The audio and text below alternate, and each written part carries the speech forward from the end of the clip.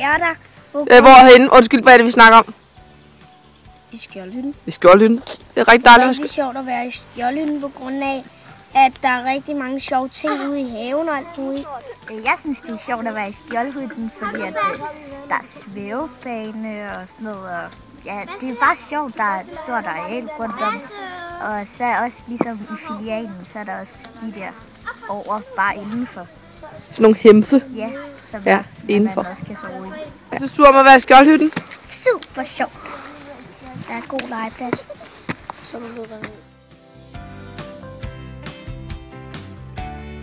Hvad er det gode ved at være så på sommerlejr? Det er sjovt og med vennerne.